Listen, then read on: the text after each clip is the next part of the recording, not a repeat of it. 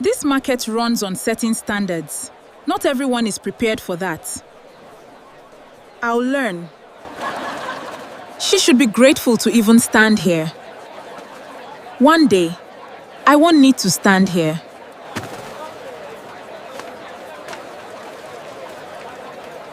She should be grateful to even stand here. Please, I just need one chance to start again. Who are you here to see? Namara. Achen. No one could have imagined that exactly 5 years later, that same Zahara would be standing in front of Namara's mansion gate, holding a worn-out suitcase, asking for a second chance to start over. After that morning filled with mocking laughter at Mbarara Central Market, Namara Aken did not look back even once. She slowly pushed her old wooden cart along the dusty red road, while familiar vendors watched her with a mix of pity and quiet discomfort. Every time the wheels rolled over a pothole, they creaked loudly, as if repeating every word Zahara Nabiye had just said in front of everyone. Some people told her to talk back to save her dignity. Others advised her to quit selling fruit, saying, "A young woman doing that kind of work will never be respected." But Namara simply tightened her grip on the handle. She understood something very clearly. Arguments do not make a poor person richer, but time might. The cart stopped in front of their small tin roof house on the outskirts of Mbarara as the sun rose higher. Her mother, Sarah Aken, was carefully separating unripe bananas from the ripe ones. She noticed her daughter's red eyes but did not ask anything right away. Instead, she quietly handed her a cup of water and continued working. In that house, they had learned that some pains need silence before they can be spoken. After a while, Namara told her everything. She did not cry. What hurt her most was not the laughter of the crowd, but the fact that the words came from Zahara, the friend who had grown up with her, walking barefoot on the same red dirt roads. They had picked mangoes together, sold roasted corn after school, and once promised that no matter who became successful, neither of them would ever look down on the other. But all it took was one luxury car and a few expensive outfits for Zahara to forget everything. Sarah placed her rough, weathered hand on her daughter's shoulder and smiled gently. "You know, fruit doesn't ripen because people watch it every day. It ripens because of sunlight, rain, and time. People are the same." Namara nodded softly. Her mother's words were always simple, but never wrong. That same afternoon, a small truck stopped in front of their house. The woman who stepped out was Mama Ruth, the head of a farming cooperative near Kampala. She had bought fruit from Namara's family many times before and had always been impressed by how carefully Namara sorted her goods. After a brief conversation, Mama Ruth spoke directly about what she had been thinking for months. "I'm looking for someone willing to start from nothing in Kampala. No capital, no degree. Just honesty and a willingness to learn." Namara froze. Kampala. It was a place she had never dared to imagine. A city full of noise, opportunity, and movement, but also a place where many people left home and returned with nothing. Every week, our cooperative transports produce from Mbarara to Kampala. "If you want, I'll give you a small space near Owino Market to try selling. Whether you succeed or fail, that depends on you." Namara turned to look at her mother. Sarah did not answer immediately. She walked into the room, came back with an old cloth, and carefully wrapped the small amount of money she had saved. "I was saving this to fix the roof before the rainy season." Namara shook her head. "I can't take that. The roof can wait. Opportunity cannot." They held each other for a long moment. In that moment, Namara realized that poverty is not just about lacking money. It is about how every decision comes with a heavy cost. 3 days later, at exactly 5:28 m.m., the cooperative's truck left Mbarara under a thin layer of morning fog. The back of the truck was filled with baskets of mangoes, pineapples, avocados, and bananas, all tightly secured with ropes. Namara sat among them, holding her worn-out backpack. As the truck passed the road leading into the city center, she looked out the window.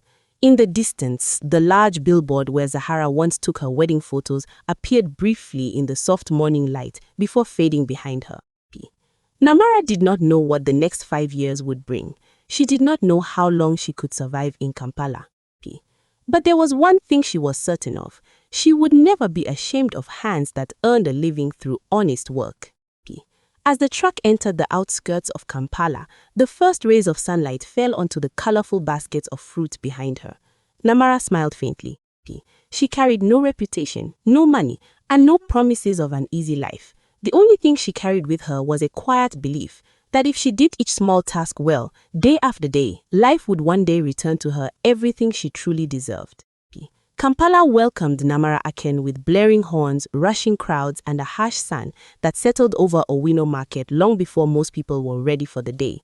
At exactly 4:52 a.m. on her first morning, she woke up in a tiny rented room no bigger than 10 square meters, located behind an old repair shop that Mama Ruth had helped her find. The room held a narrow metal bed, a dim yellow bulb, and a small window that looked out onto a damp alley.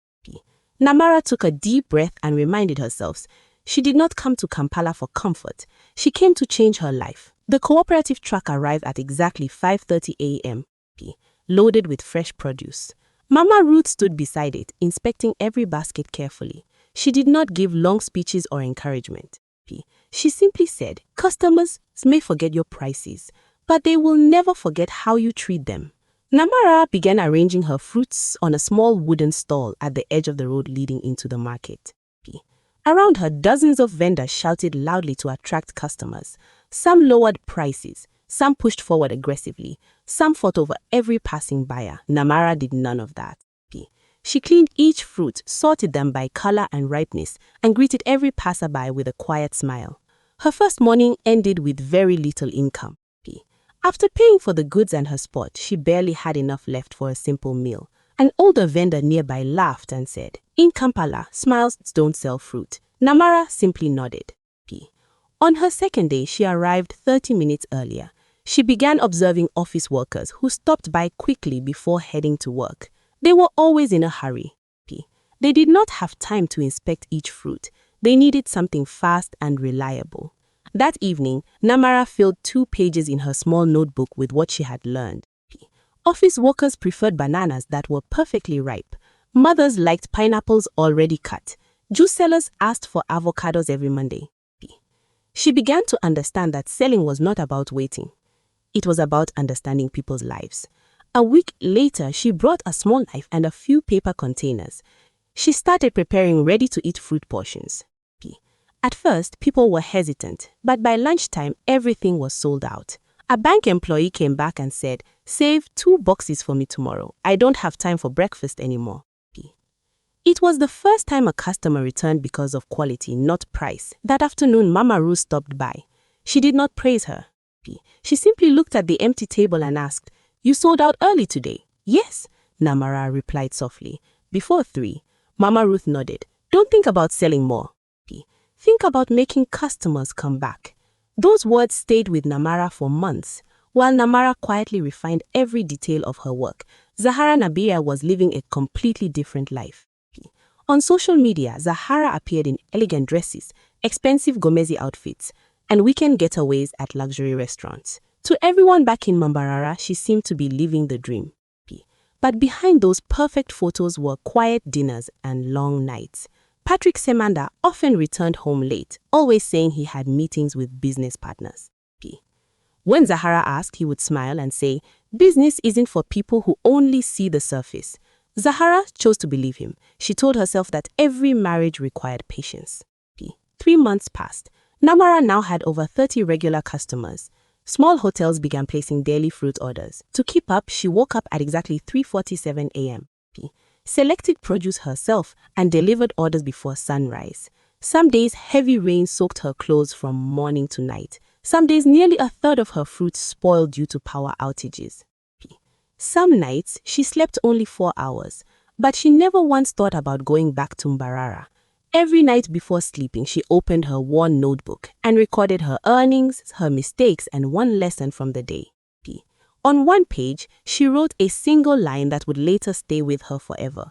"If I care for each customer the way I care for each piece of fruit, one day they will become the garden that sustains my life." At exactly 5:11 a.m., on a Monday morning at the start of the rainy season, Namara Achen was already at Nakasero Market while most of Kampala was still asleep under dim yellow streetlights. After nearly a year of selling fruit in Owino Market, she was no longer a newcomer. She knew exactly which farmer had the sweetest pineapples, who harvested avocados at the perfect stage, and who always kept their word about quality. The only thing that still bothered her was how many middlemen stood between the farmers and the buyers, leaving both sides with less than they deserved. That morning, she witnessed something that stayed with her long after the market quieted down. An elderly farmer arrived with crates of beautiful mangoes. Because he was nearly 30 minutes late, the traders immediately forced the price down to almost half. The man stood there in silence for a long moment before finally agreeing to sell. As he turned away, he sighed softly. "If I take them back, they will all spoil. This is better than losing everything." Those words stayed in Namara's mind for the rest of the day. Later that afternoon, while she was checking her remaining stock, a man approached her stall and carefully observed how she sorted her fruit. He wore a faded blue shirt and mud-stained shoes, but his eyes were calm and attentive. "Why do you separate these mangoes?" he asked. Namara smiled slightly. "They are not bad. They just ripen faster than the others. If I mix them together, customers will think the whole batch is going bad." The man nodded. "My name is Moses Kato. I work in quality control for a storage facility outside Kampala." That was the first time they met. Moses did not buy much, just a few avocados. But before leaving, he turned back and said something that stayed with Namasara. "Someone who knows how to protect quality will never have to chase customers forever." In the following weeks, Moses visited her stall regularly. Sometimes he bought a few bananas. Sometimes he stayed only 5 minutes to talk. They rarely spoke about personal matters.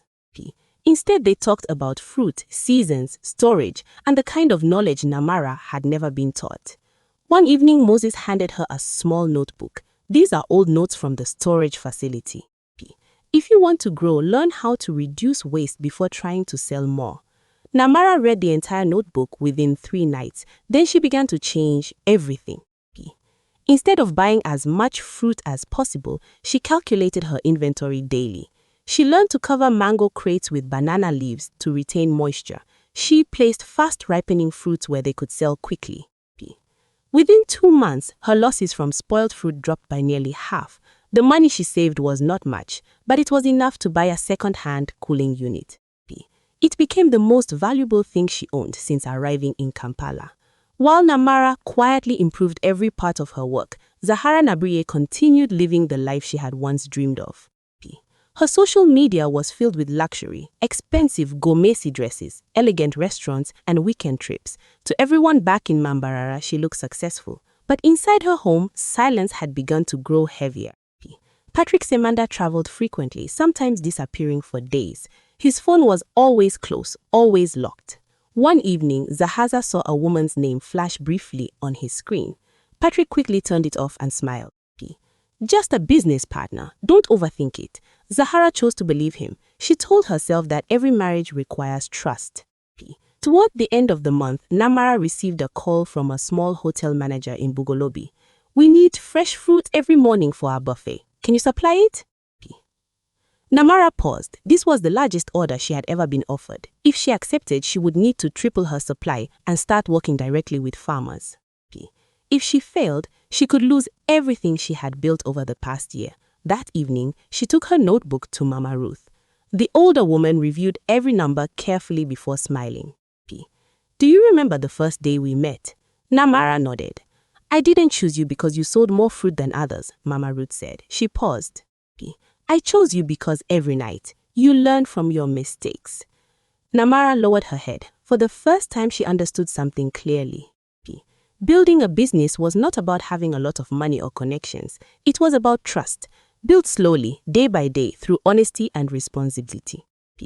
That night, before turning off the light, Namara wrote a sentence that she would later hang on the wall of her office. "One customer buys fruit to feed my day. But a customer who trusts me can help many families live tomorrow." At exactly 6:14 p.m. on a Thursday evening, as the golden light of Kampala slowly faded behind the rooftops of Bugolobi, Namara Achen stood quietly behind her small stall, reviewing her numbers for the day. The past 3 months had changed everything.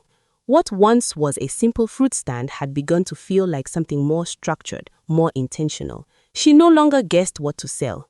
She planned it. That evening, the hotel manager who had called her weeks earlier returned in person.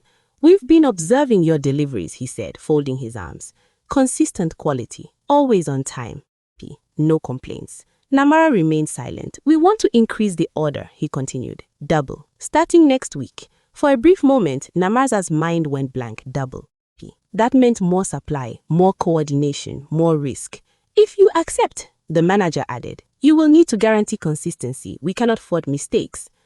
Namara looked down at her notebook. The numbers were clear. If she failed, she would not just lose the contract, she could lose everything she had built. "I will do it," she said calmly. That night, she did not celebrate. She sat on the floor of her small room, rewriting her entire plan. She needed direct supply from farmers. She needed better storage. She needed help. The next morning, at exactly 5:03 p.m., she called Moses Kato. "I need to reduce losses further," she said. Moses listened quietly before replying. "Then stop thinking like a seller system." A pause. "Start thinking like a system." Those words stayed with her.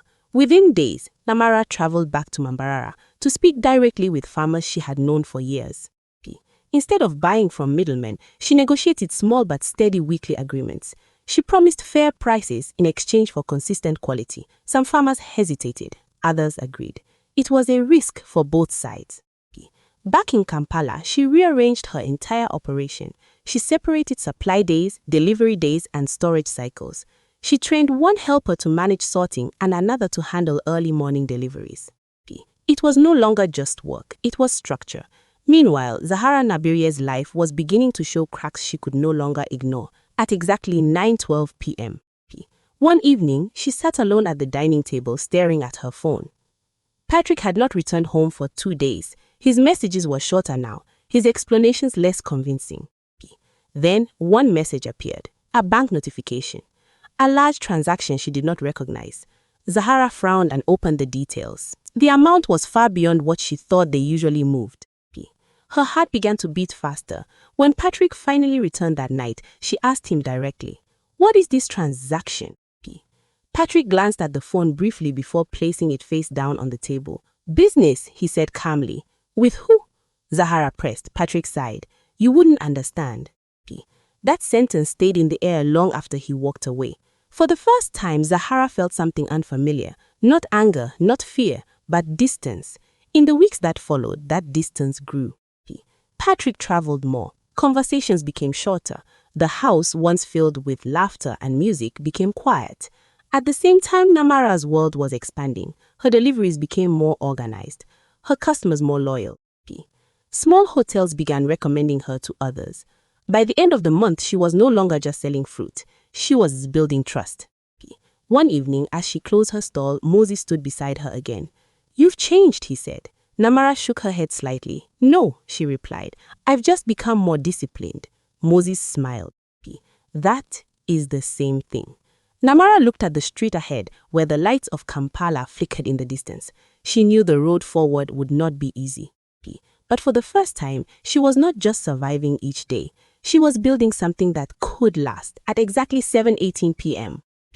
On a humid evening in Kampala, Namara Achin stood inside a small rented storage space behind her stall, reviewing a delivery that had just been returned. Nearly a third of the fruit had spoiled due to a sudden power outage that lasted over 6 hours. The cooling unit she had worked so hard to buy could not protect everything. For a brief moment, she closed her eyes, not in frustration, but in calculation. Loss was no longer something that broke her. It was something she had learned to understand. That same night, she sat on the floor with her notebook, writing down every detail. What was lost, why it happened, and what could be done differently. By midnight, she had already made a decision. She would not depend on a single storage system anymore. The next morning, at exactly 6:02 a.m., she met Moses Kato again. "I need a backup plan," she said. Moses nodded. "Then you need relationships, not just equipment." Within 2 weeks, Namara began working with a nearby juice vendor, a small restaurant, and a street food seller. Fruits that ripened too quickly were no longer wasted. They were redirected. Bananas became juice. Pineapples were cut and sold in bulk. Avocados were delivered directly to a cafe before they softened too much. Her losses dropped again, but more importantly, her network grew. Meanwhile, Zahara Nabiria's world was quietly falling apart at exactly 8:27 p.m. One evening, she stood outside a restaurant in Kololo, waiting for Patrick. She had called him 3 times, no answer. Finally, she stepped inside and saw him, sitting at a table, with another woman. Zahara froze. For a few seconds, she could not move, could not speak. The laughter between them felt louder than anything else in the room.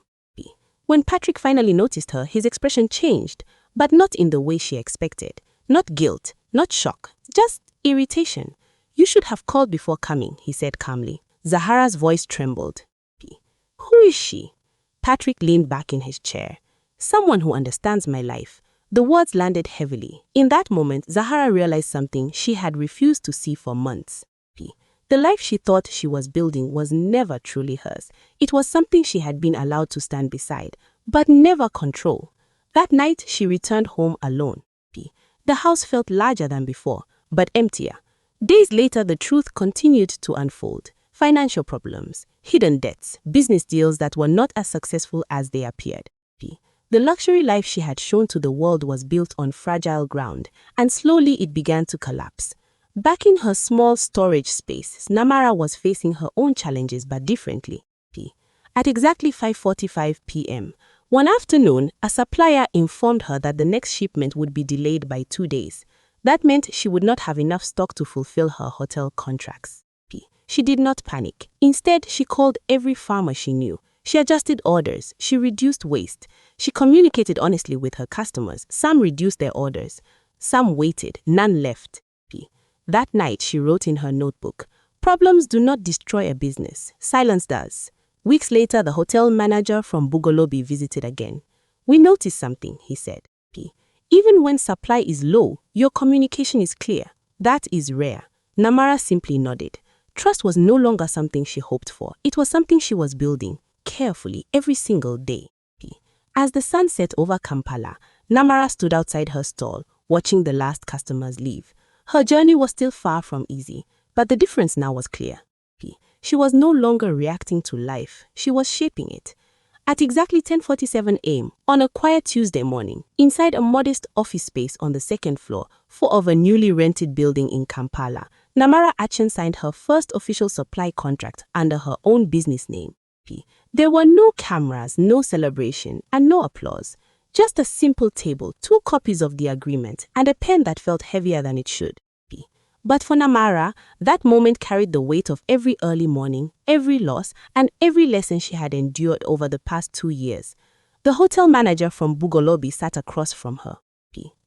"We've worked with you long enough," he said.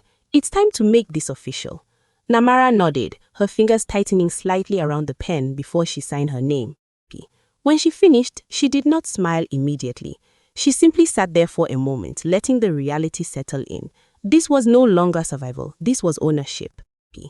Outside the office, the city moved as usual. Cars passing, vendors calling out, life continuing without pause. But for Namara, something had quietly shifted. She was no longer the girl who arrived in Kampala with a borrowed opportunity. She had become someone others could rely on. Meanwhile, Zahara Nabirie stood in a completely different place. At exactly 2:17 p.m., that same afternoon, she sat inside a bank office in Kampala, staring at documents she barely understood. Loans, debts, transactions that had been signed under joint accounts. Patrick was not there. He had stopped answering her calls days ago. The bank officer spoke carefully, but the meaning was clear. "You are legally tied to these obligations." Zahara felt her chest tighten. "But I didn't approve all of this," she said. The officer gave a small practiced smile. "The signatures are here." That moment broke something inside her. Not loudly, not dramatically, but quietly, like a truth she could no longer avoid. For the first time, Zahara saw the full picture, the lifestyle, the appearances, the silence. All of it had been built on decisions she never truly questioned, and now she was part of the consequences. Days later, she returned to the house she once proudly showed to everyone. It felt unfamiliar now, large, cold, empty. She packed slowly, clothes, shoes, a few personal items. Everything else no longer felt like it belonged to her. At exactly 7:03 p.m., she stood at the front door with a single suitcase. For a long moment, she did not move. Then she stepped outside. There was no plan, no destination, only the quiet understanding that she could not stay where she no longer had control over her own life. Back in her office, Namara continued working late into the evening. Contracts meant responsibility, more orders, more coordination, more people depending on her decisions. At exactly 9:30 p.m., she finally closed her notebook. Moses Kato stood by the doorway. "You look tired," he said. Namara smiled faintly. "Tired is better than uncertain." Moses nodded. "You've built something real." Namara looked at the papers on her desk. "It's still fragile," she replied. Moses stepped closer. "Everything real starts that way." Namara did not respond immediately. She understood what he meant. Strength does not come from avoiding difficulty. It comes from facing it, again and again, until it no longer defines you.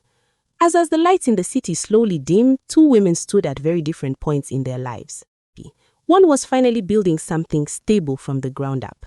The other was learning, perhaps for the first time, what it means to start over. Neither path was easy, but both were real.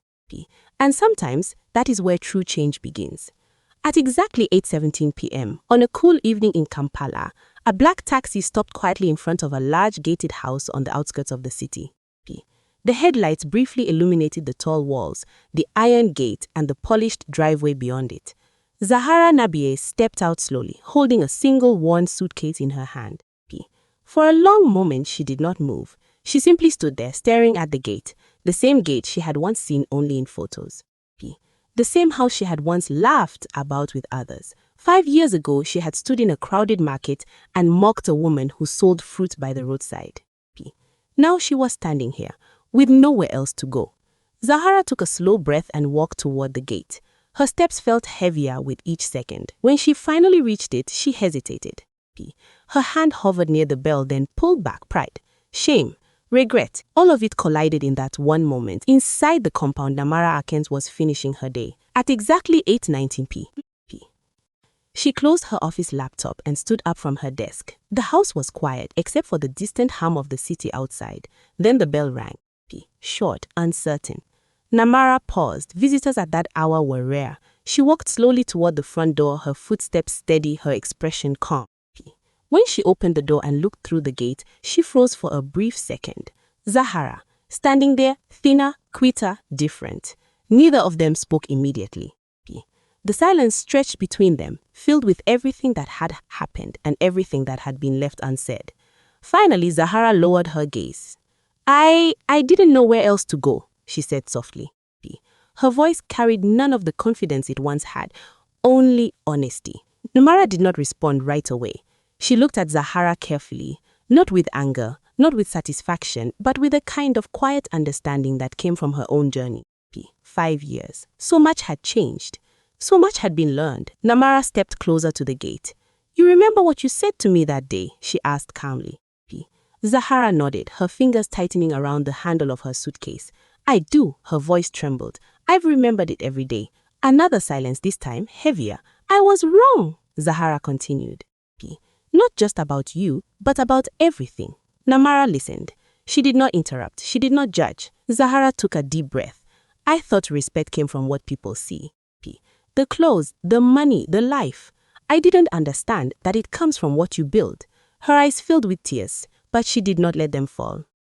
"I don't expect anything from you," she added. "I just needed a place to start again." Namara looked at her for a long moment. Then slowly she reached for the gate and opened it. The sound of the metal latch echoed softly in the quiet night. "Come inside," she said. No anger, no triumph. Just a simple choice. Zahara stepped forward, hesitating for a second before crossing the threshold. It was not just a gate she was walking through. It was a line between who she had been and who she might become. As the gate closed behind her, the city lights flickered in the distance. Two women stood in the same space again, not as they were before, but as who they had become. And sometimes that is where true forgiveness begins, at exactly 6:13 a.m. The next morning, Zahara Nabie stood outside the gate of Namara Akens distribution center. The air was still cool and the city had not fully awakened yet. This time, she did not hesitate as long as she had the night before. She knocked. Inside, the center was already alive with activity. Workers moved quickly, sorting fruit, lifting crates, preparing deliveries for the day ahead. The rhythm was steady, purposeful, and disciplined. When the gate opened, Zahara stepped in quietly. No one stopped to stare. No one whispered. Here, work mattered more than stories. A supervisor approached her and handed her a pair of gloves. You start there, he said, pointing toward a sorting table. No questions, no introductions, just worked. Zahara nodded. Her hands felt unfamiliar as she began separating fruits by ripeness. At first, her movements were slow and uncertain. She dropped a few pieces. She hesitated too long between decisions. No one scolded her. No one helped her immediately. They simply continued working, and gradually she adjusted. By exactly 9:05 a.m., sweat had already formed on her forehead. Her back ached slightly. Her hands no longer felt clean and delicate, but for the first time in years, they felt useful. At exactly 12:17 p.m., the workers paused for lunch. Zahara sat alone at first, holding a simple meal in her hands. The food was plain, but she ate it slowly, thoughtfully. A woman sat beside her. First day? She asked. Zahara nodded. The woman smiled. Second day is harder. Zahara looked up. Why? Because that's when you decide whether you're staying or leaving. The words stayed with her. The afternoon passed faster. Zahara made fewer mistakes. Her hands moved more naturally. Her eyes began to recognize patterns, what was ripe, what needed to be set aside, what could be saved. At exactly 4:28 p.m., the workday ended. Zahara removed her gloves and looked at her hands. They were no longer soft, they were no longer untouched, but they were real. As she stepped outside the gate, she saw Namara standing there, not as a boss, not as someone above her, just standing. How was your first day? Namara asked. Zahara took a moment before answering. Hard, she said honestly, a pause, but clear. Namara nodded. Will you come back tomorrow? Zahara looked down at her hands again, then back up. Yes, Namara gave a small nod and turned away. No long speech, no emotional moment, just a quiet understanding. As Zahara walked away from the center, the sun was beginning to set over Kampala. The road ahead was still uncertain, still difficult, still unfamiliar. But for the first time in a long time, it felt honest. And sometimes that is the only beginning that truly matters.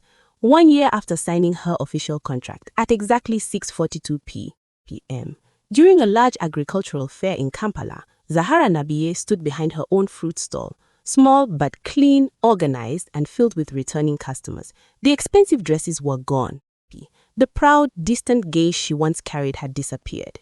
In its place was something quieter, stronger, an unshakable calm. Across the fair, Namara Ashen was finalizing another contract with an international partner. But as she passed by that small stall, she paused. Their eyes met. No apology was needed. No past had to be revisited. Zahara smiled first. Namara gave a slight nod. The moment lasted only seconds, but it was enough to close an old chapter. They did not return to being best friends, but they became something more honest. Two women who understood the value of work, of choices, and of consequences. And this time, each of them stood firmly on the path she had chosen.